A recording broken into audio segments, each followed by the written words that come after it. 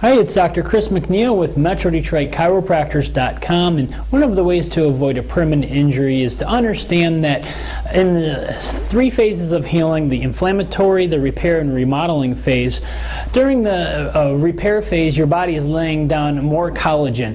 That collagen is going to be more sensitive. It's going to have more nerve endings, and especially if you do not get chiropractic care such as physical medicine, it's not going to repair optimally. So with that being in mind, if you are injured, maybe we can help you out. Give us a call, 586-566-2273, or visit MetroDetroitChiropractors.com for a location near you.